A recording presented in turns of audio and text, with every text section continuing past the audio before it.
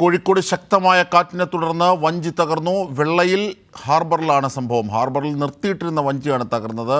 വിവരങ്ങളുമായി മേഘ മാധവൻ ഞങ്ങളുടെ പ്രതിനിധി ചേരുന്നു. മേഘ, എന്താണ് വഞ്ചി തകർന്ന ആർക്കെങ്കിലും പരിക്കുണ്ടോ? എന്താണ് സാഹചര്യം അവിടുത്തെ? അത്രയേറെ ശക്തമായ കാറ്റുണ്ടോ?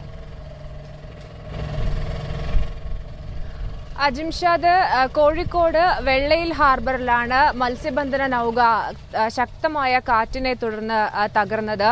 നിർത്തിയിട്ടിരുന്ന നൗകയാണ് ഈ അപകടത്തിൽ പൂർണ്ണമായും തകർന്നിരിക്കുന്നത്. അതായത് ഇനി ഉപയോഗിക്കാൻ കഴിയാത്ത രീതിയിൽ പൂർണ്ണമായും വെള്ളത്തിൽ താഴുകയായിരുന്നു. ഏകദേശം 1 കോടിയിലധികം രൂപയുടെ നഷ്ടമാണ് നിലവിൽ കണക്കാക്കുന്നത്. ഈ മഞ്ചിലുണ്ടായിരുന്ന സാധന സാമഗ്രികളൊക്കെ തന്നെയും പൂർണ്ണമായും നശിച്ച അവസ്ഥയിലാണ് നിലവിൽ ഉള്ളത്. നിലവിൽ ഇപ്പോൾ അത് എങ്ങനെയെങ്കിലും ഈ വെള്ളത്തിൽ നിന്ന് ഉയർത്താനുള്ള ശ്രമമാണ് നടന്നുകൊണ്ടിരിക്കുന്നത്. നമുക്ക് ദൃശ്യങ്ങളിൽ കാണാം, ഇവിടെ മത്സ്യത്തൊഴിലാളികളൊക്കെ തന്നെയും ഈ മഞ്ചിനുള്ളിലെ സാധനങ്ങൾ പുറത്തെത്തിക്കാനുള്ള ഒരു ശ്രമമാണ് നിലവിൽ നടത്തുന്നത്. ഈ വെള്ളയിൽ സ്വദേശിയായ വ്യക്തിയുടെ മത്സ്യബന്ധന നൗക തന്നെയാണ് അപകടത്തിൽപ്പെട്ടിരിക്കുന്നത്.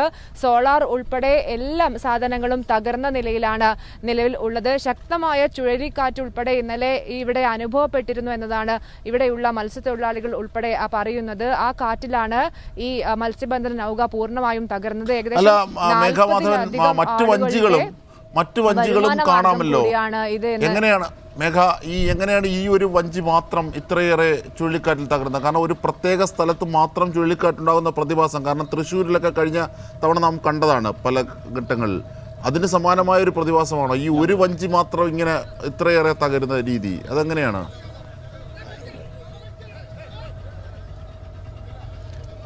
അജിംഷാദ്, ഇവർ പറയുന്നത് ശക്തമായ കാറ്റ് അനുഭവപ്പെട്ടിരുന്നു. ഇതൊരു ഇരുമ്പ് ദണ്ടിനോട് കൂട്ടി കെട്ടിയിട്ട നിലയിലാണ് ഉണ്ടായിരുന്നത്. മത്സ്യബന്ധനം നടക്കാത്ത സമയത്ത് ഇവിടെ നിർത്തിയിട്ട നൗകയാണ് അപകടത്തിൽ പെട്ടത്. നമുക്ക് കൃത്യമായി ഇവിടെയുള്ള ആളുകളോട് തന്നെ ചോദിച്ചറിയാം എന്താണ് സംഭവിച്ചത് എന്ന്. ചേട്ടാ,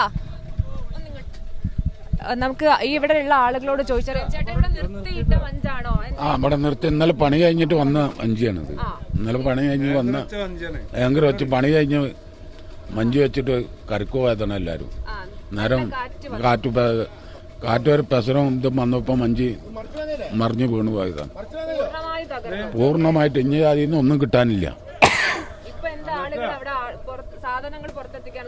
പുറത്ത് അതിൽ നിന്ന് കിട്ടണത് എടുക്കാന്നുള്ളത് മാത്രം.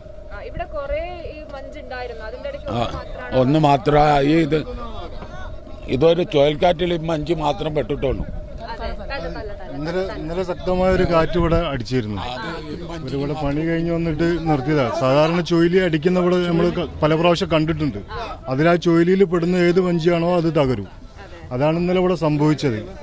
പക്ഷേ ഇത് ഒരു 1.25 കോടി ഉറുപ്പ്യന്റെ മുതലാണ് നഷ്ടപ്പെട്ടത്. അതിലുപരി 10-50 പേര് കുടുംബങ്ങള് ഇപ്പൊ വഴിയാധാരമായിക്കൊണ്ട് നിൽക്കുക. ഇവർക്ക് ഇനിയിപ്പോ ഒരു ജോലി ഒന്നുമില്ല. ഈ 50 കുടുംബങ്ങളും ഇനി പട്ടിണിയില്ല. കാര്യമായിട്ട് ഇനിയിപ്പോ അടുത്ത തോണിയിലൊന്നും കയറാൻ പറ്റാത്തൊരു ഇപ്പൊ കുറച്ചൊരു പണി വരുന്ന സമയമാണ്. ആ സമയത്താണ് ഇപ്പൊ ഇതിങ്ങനെ സംഭവിച്ചത്. ഇനിയിപ്പോ ഇവർക്ക് വലിയ മാർഗമൊന്നുമില്ല. സാധാരണക്കാരൻ ഒരുപാട് കടങ്ങളൊക്കെ വാങ്ങിയിട്ട് ഒരുപാട് പേരോട് കടം വാങ്ങിയിട്ട് ചെയ്തൊരു സംരംഭമാണത് ഇപ്പൊ നശിച്ചത്. അതിന്റെ ഉള്ളിലുണ്ടായിരുന്ന സാധനങ്ങൾ അത് ഉപയോഗിക്കാനാവോ? ഒരു സാധനം ഉപയോഗിക്കാൻ പറ്റൂല.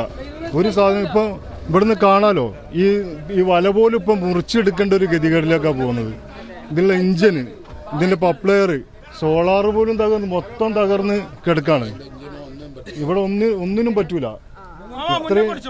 ഈ കാണുന്ന പേര് ഇത്ര ഒരു 50 പേരോളൊപ്പം 50-55 പേരോളൊപ്പം മാറി മാറി ഇങ്ങനെ വരുന്ന ഒരു വഞ്ചിയാണിത്.